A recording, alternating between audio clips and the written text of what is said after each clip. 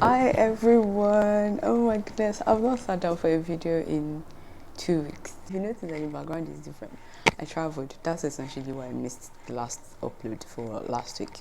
Anyway, so today's video is going to be my March wrap up, but I'm trying to switch things up, so I'm going to be doing a tier ranking. I've been seeing people do this video or this type of video for a while, like on different topics. They tier rank many different things, so I just thought it would be nice to tier rank my March reads based on the emotions that they evoked from me. That sounds like a very long title, but I'll find a way to fine tune it before this video goes up. So in March I read 7 books, which is a book higher than I've done in January or February, which is good, which is really good for me. I'm a very slow reader. I don't typically read more than 4 books a month, so this is really good. I started one towards the end of the month, but I didn't finish it in March, but I finished it in April. I already finished it, so I added it here just for fun, just because. So just to run you guys through what this tier rank looks like, let me start recording for the tier rank. 3, 2, 1, yay. Okay, on this tier rank we have 5 different categories, and this is not like, oh, from the highest to the lowest or from the best to the worst. This is just me being extra and doing the most. That's the Adan. That is definitely the Adan. So the first category is tears in my eyes, it's not in my nose. That is when I'm crying. Like, you know when you are crying and people are asking you what happened, someone died, and you're like, oh, it's the characters in the book that are killing me. This is this category. People are asking me, Aisha, why are you crying? And it turns out it's the book. Okay, so the second category is molten lava in my throat and chest. This is when some characters are going through a shit ton of injustice in a book, and oftentimes injustice that reflects real life scenarios, like real life situations, and you know that anger that you feel, like you literally feel like fire and hot lava rising up your throat and your chest and everything. This is what this category is for. The third category is revenge is an ice cream flavor. See, I love a very good revenge. Like, I like, not like revenge like, oh, I want to kill you or something. I just like when revenge is very petty. This is just, I just like it. So that's that category. Then the fourth category is mind literally blown. So this is a category for like maybe a book that does something fun or something I didn't expect, or that writes a very good story from like a twist that I was not expecting. That's what this category is for. Then the last category is the meh category, and that is, I'm not getting what you think you're given. Manage it. I don't know. So what I've done now is that I have put in 3 copies of each cover of the books that I read. So it looks like a lot, but it's actually just the same books. Like you can't really select, they're duplicated. So I did this because I know that there are some books that would fall into multiple categories, and I want to put them, like I want to see them, I want to visualize them. So we'll see how that goes. So without further ado, let's get right into ranking. The first book that I have here is required reading for disenfranchised freshman. Yeah, I think that's the name. Required reading for disenfranchised freshman. That's been long since I read this book, forgive me. Okay, so this book is basically about a girl, I can't remember her name now, sorry, but this girl, she's from, you know, like a black majority neighborhood, or you know how America is, where they intentionally underfund and underprovide for the black neighborhoods and the minority neighborhoods. That's the kind of neighborhood she's from, and she gets the scholarship. She's in her final year in high school, like a senior year, and she gets a scholarship into this very prestigious college, but it is white centric. There are like a few black students and like people of color there, but it's a very white college. But she kind of has to go because, you know, she wants to get out of the neighborhood and like come back to do well for the neighborhood. Just typical like story in America. Anyway, so she goes to this college, and on like her first week or something, there's this very nasty blackface defacing kind of racist thing that happens on college, and that was where I was like, what is going on? So we basically just follow this girl whose name I can't remember. I'll put it on the screen. We basically just follow our, experiencing being a minority in this white majority college and trying to assimilate, but then feeling a conflict with herself. Basically just things that I'm sure like the average black college student that is attending a white majority school would understand. These are just like things that are relatable. One thing that was interesting about this book is that many of the conversations that this main character, was having with her mom, her friends, and with herself were in the AAVE language. I don't know what the full definition, like the full meaning of AAVE is, but basically Black American English. I mostly always just watch that in movies. Like I watch Black American stuff like that in movies. I don't read them talking like that in books, and I thought that was interesting. I cannot remember how many stars I gave this book, but it was definitely between 3 and 3.5. This book is going to go into 2 different categories. The first category that it's going to go into is I am not getting what you think you're giving. Okay, I know that with the way that I've said, oh, it's interesting, why did I just put this in the meh category? Okay, so I thought the book was doing too much in some places. Like there were some things that this main character did in this book that was not realistic. Like even though many of our experiences were realistic, our reactions to those experiences were not realistic. There was this scene where there was a dean that was gaslighting her. Basically somebody was racist towards her and she went to report it, and this dean was gaslighting her, blah blah blah, and then they called like a disciplinary committee, and then she was there to defend herself, and this girl was just saying all of the wrong things. It would not happen in real life that a black girl in a white majority college is facing a disciplinary action which she should not have been facing in the first place. It was just them being racist, and she would be talking the way this girl was talking unless she just wants to lose her scholarship. I just thought that even though she was describing many realistic experiences in this book, the reaction of the main characters, they were not very realistic, and that dampened the reading experience for me because it's a lie. It cannot happen in real life. If you've given us realistic experiences, give us realistic reactions, things we can relate to, that we can say that, oh, an average person would have reacted like this because this is the system, this is what the system is, this is how they have to bend themselves to suit the system. Anyway, that is why it is in this category. The next category that I'm going to put this book in is molten lava in my throat and chest, and rightfully so, because like I said, there were many experiences that this babe went through that the average Black American would definitely relate to, and many of them were very unjust, and you can feel the injustice. Like even though we are used to reading about racist thing, which is a very nonsense thing to be used to, it did not stop how I felt. Anyway, so that's why this book is also in this category. I can't think of any other category that I would go into, so let me just leave the third cover for now. So the next book that we're going to go into is The Watermelon Boys by Ruqayya Izzidan. Okay, so this book was set in World War II, Iraq, and we're following 2 main characters, Ahmed, who is an Iraqi man, and someone called Carwin. He's a Welsh guy that was enlisted in the British Army. We're following these 2 main characters. We're following their lives before they came into the war. The whole premise of the story is how the British at the time deceived Iraqi people because they came and told them that, oh, they are going to help them send away the Uthmans, because at the time the Uthmans were occupying the area, and of course like Iraqis wanted their own country, they wanted to be free of the Uthmans, so they accepted the help from the British.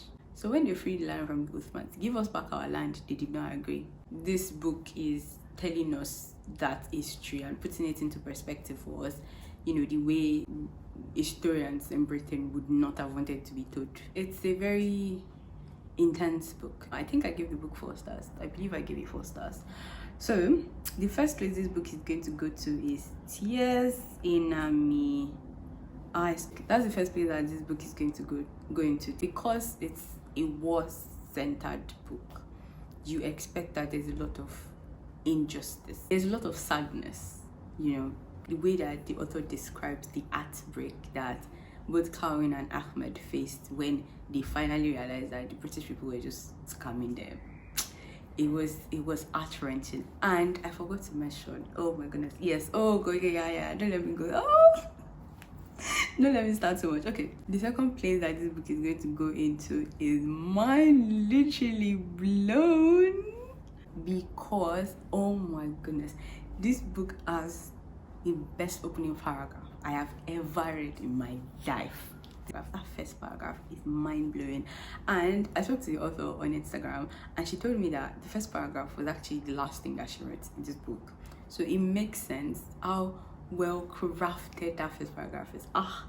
The third place that this book is going to go into is Revenge is an Ice Cream Flavor. So the Watermelon Boys is going into Revenge is an Ice Cream Flavor because Ahmed and Carwin are not the only characters. So there's this one weird ass character. I'm not going to mention him. So this character commits this very horrible crime, and he thought that he got away with it. But because karma is doing the most. If you've seen my last video, there was this video that I played, the weekend vlog that I played it. There was a place where I was literally screaming. It was that scene that I was reading, that revenge scene that I was reading, and I loved it so much. So because of that, this book is going to Revenge is an Ice Cream Flavor. I love it. Okay, so that's it for the Watermelon Boys. I told you that this video is going to be full of fangirling because I love it. The next book is The Mountains Sing by, I cannot pronounce her name. She has a very lovely name though. This was the first book that I read in March, and I body read it with my girl, Benedicta. It was literally the best thing ever. I enjoyed this book so much. So this book is a multi-generational story that follows 2 main characters. A grandmother whose name I cannot remember now, and a granddaughter, a young girl whose name I also cannot remember. Anyway, so we are following their lives and the wars that happened in Vietnam. Yeah, it was 2 different sets of wars. I'm following the lives of these 2 main characters, the grandmother and the granddaughter. So we are alternating realities. So the grandmother is telling the story of the Great Land Seizure, and I think this also happened in North Korea as well. It was with the influx of communism. They were going through this war, like currently the war that was waged on them by the Americans at the time that she was telling the story. But she was telling the story of the other situations that she has faced in her life. So needless to say, this book is very sad, but there are also glimpses of love and hope and softness in this book. This is one of the main reasons why I enjoyed this book so much. The stories of the characters are based on the experiences of the author's extended family, and she has used it to craft the story for us.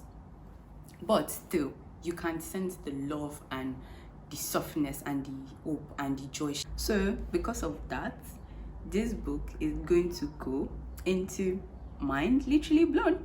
And also we are going to have The Mountains Sing in Tears in My Eyes because I cried. I started crying from page 10 of the book. I cried a lot, but I was also laughing. I was swooning. It was just magical because, like I said, she described the pain and the war and the violence, yes, but she also described the love and the joy. I loved this book so much.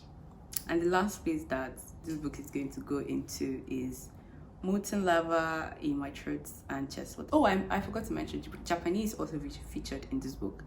And that is a story for another day because I feel like people forget that Japan actually colonized a lot of countries around them. So there's a lot of injustice in this book. There's a lot of injustice that would just... I gave this book 5 stars. Like, I gave it 5 stars. There was nothing else to think about. I just gave it 5 stars. The next book I would like to talk about is Custody by Bora Chung. First of all, the first place that this book is going into is mind literally blown. I love these books. This book, I'm not sure why I gave it, but I enjoyed this book so much. I'm pretty sure that I gave it 5 stars. I enjoyed this book. It is a collection of short stories, and it was longlisted and shortlisted for the International Booker Prize. At the time that I read it, I didn't even know that I was shortlisted or longlisted for Booker Prize. I just picked it up because it was Korean man and it was written by a woman. So this short story collection features weird, creepy, gory, horror-ish kind of stories. The first story, the title of the first story is The Ed. I read that story and I was so uncomfortable. I was uncomfortable, but I wanted more. I enjoyed the writing. I enjoyed the story. I enjoyed the weirdness of the stories. And more importantly, I enjoyed the subtle and sometimes not so subtle social commentaries that Bora Chung put into some of the stories. I cannot remember what I said my favorite stories were, but I really enjoyed the snare. I think I also enjoyed the main, like the titular story, which is Custody. I enjoyed Custody. This is our first book that was translated into English, so I cannot wait for her to publish more books and have it translated into English. And the translation was beautiful, so I really enjoyed that as well. Anyway, the second place that this book is going to go into is Revenge is an Ice Cream Flavor. Yes, it's going to go there. There was a story, I think it was the Cursed Bunny. Yeah, it was the Cursed Bunny.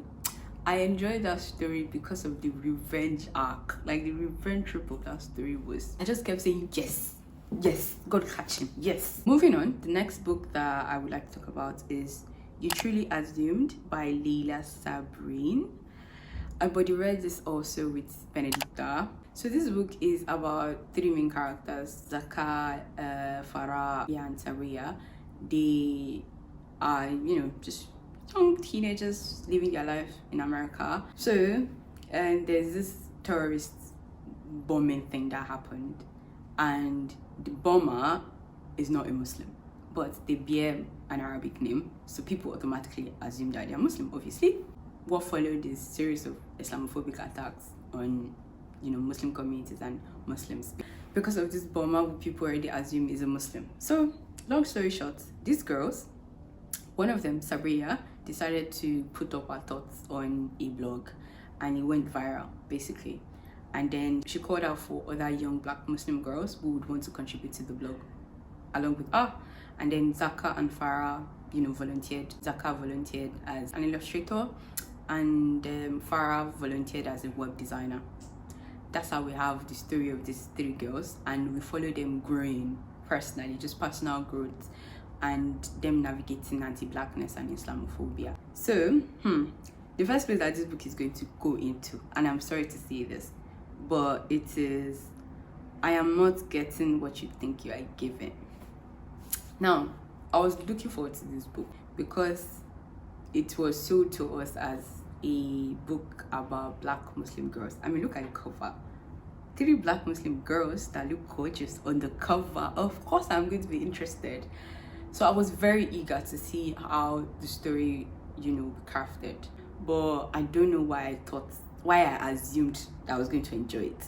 Because I truly assumed. The first problem I had with this book was the writing. The first half of this book, the writing was clunky, and I almost dropped the book. Like, I just felt like, what am I reading? Like, what's going on here? There were lots of repetition, things that could have been cut out, edited out, as far as I'm concerned, that just weighed down the book. Okay, so the next problem I had with this book is, while I was not expecting like all of the characters in the book could be performing 5 daily salah, or like could be entirely, staunch, strong Muslim, they were just girls. It's fine. I'm not like too big on the diversity of their level of deen representation, but I wanted one of them to at least be a staunch Muslim, because Muslims are different. We have Muslims that don't practice as much, we have Muslims that try to practice, but we definitely have Muslims that practice. So why don't you show us this in books? there are three main characters. One of them should at least be practicing well. Where else can I put this book? I can put the molten lava in my throat and chest, because the girls definitely went through some things that they should not have gone through. There were lots of mix of anti-blackness and Islamophobia. So even though it is in I'm Not Getting What You Think You're Giving, I would also put it in molten lava in my throat and chest. So the next book I will talk about is The Accusation by Bandi. So The Accusation is a short story collection from inside North Korea. This collection of short stories was written by someone that lives in North Korea. As at the time that this book was published, as at the time that I'm probably reviewing this book, this man was still living in North Korea. And this is the only book that was written by a man that I read in March. Because the book was written under a pseudonym, Bandi. So I initially thought, okay, anybody could have written this book. It could have been a man, it could have been a woman. Until I got to the end and I found out that it was actually a man. But anyway, it was still enjoyable. I'm still glad I read it. So these short story collections basically follow the lives of different characters who I believe the author based on real life people. And each character is showing us through their life experiences how terrible the rule in Korea is to its citizens. And if you look at the cover of this book, if you look at the cover very well, you will see the people laughing. And Bandi basically told us that this laughter that the people have to do is what they call stage truth, because they have to keep laughing even though they are going through pain. They cannot even not express their anger. Like, it's one thing to express your anger, but you have to be happy. Like you cannot even afford not to be happy. You have to be happy even though you're angry. So definitely Bandi is going into molten lava of injustice. There was one story about a man that, oh god, he really believed in the promise that was sold to him. When the ideology was sold to this guy, he believed in it so much. And it was later on in his life when he actually realized that, oh my god, I was sold a scam.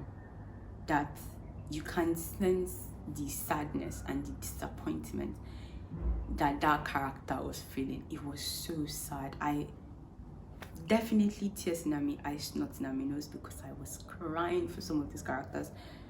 Not just because they're characters, but my tears were worsened by the fact that I know that people actually went through this in real life. Oh yes, I would also put this in Mind Literally Blown, because at the end of the collection, at the end of the book, the person that facilitated the publication of this book in the outside world, outside of North Korea, told us how Bandi managed to get the collection of short stories to him. And I would say that my mind is literally blown that this man tried this, that he put his life on the line to try this. We stand Bandi, and I hope that wherever he is, he knows that people actually legit stand him. So yeah. So the next book that I'm going to talk about is The Stone House by Yara Awari. So this is a novella that follows three different generations of Palestinians. Our characters are Mahmoud, Dibba, and Amda. So Mahmoud is the son of Dibba, and Dibba is the daughter of Amda. So we're following three different generations of Palestinians, and we are seeing how the Palestinian experiences changed along these different generations. The major reason why I like this book is that it focuses, and I've written a full review for this book, so I'll put the link in the description box.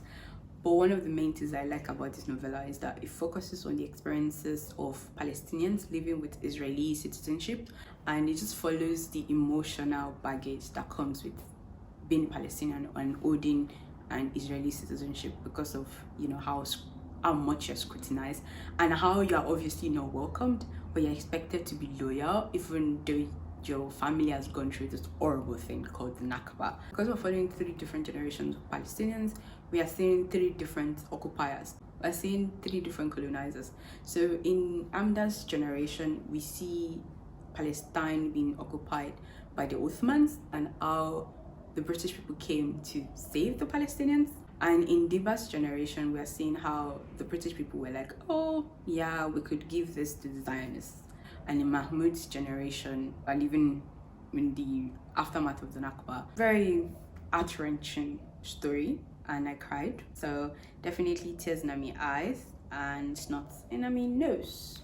Also molten lava in my throat and chest because the injustice is just sad. Yeah, those are the only two places I can put this book. The other book I'll be talking about, and that is the last book, is The Old Woman with the Knife by Gu Byung-mo. This is also translated from Korean, and this is the book that I started at the end of March and finished in April. So this book follows a main character who is 65 years old. That's the first thing, the first reason why I picked up this book. And it blew my mind because this 65-year-old woman is basically an assassin. But that is the first place it's going to go into, mind literally blown. So this book basically just follows this woman. We don't know of her actual name. She's just referred to as Unclaw in the book, like throughout, referred to as Unclaw. And at first this book read like a reflective, novel, but then along the way you can definitely see that there's a plot that begins to develop. And in my book journal, I think I wrote about how I thought this was a Korean style of storytelling, where it would look like the book is going in one direction, but then you find that it's going in another direction. So I thought it was interesting that she did that. And there was also like switches in the voices. It changes the voices of the narrators quite a couple of times. It wasn't arduous to follow, but it was shocking to my system. The second place that this book will go into is revenge. It's an ice cream flavor. Ooh. So this book is going into revenge is an ice cream flavor because the opening scene to this book features our Unclaw killing a man, and it was in that scene that I got the idea that this book was going to focus quite a lot on ageism and how age is a social currency in some communities, but is also shunned as well. At some point, I wasn't sure what the author was trying to do, whether she was trying to criticize growing old or she was trying to criticize ageism. I thought that was also brilliant. That's another reason why I should go into Mind Literally Blown. So I would say this is our final look. Thank you so much for doing this fun stuff with me. I really enjoyed doing this. It was so much fun. If you've watched this video up until this point, comment the reading book thing emoji, like, do you know the one with open book? Yeah, comment that one. I absolutely enjoyed filming this video, and I will definitely be ranking more books in the future. Like, ranking is so much fun. Don't forget to like, comment, share, and subscribe to my channel. Thank you so much for watching this video, and I will see you in my next video.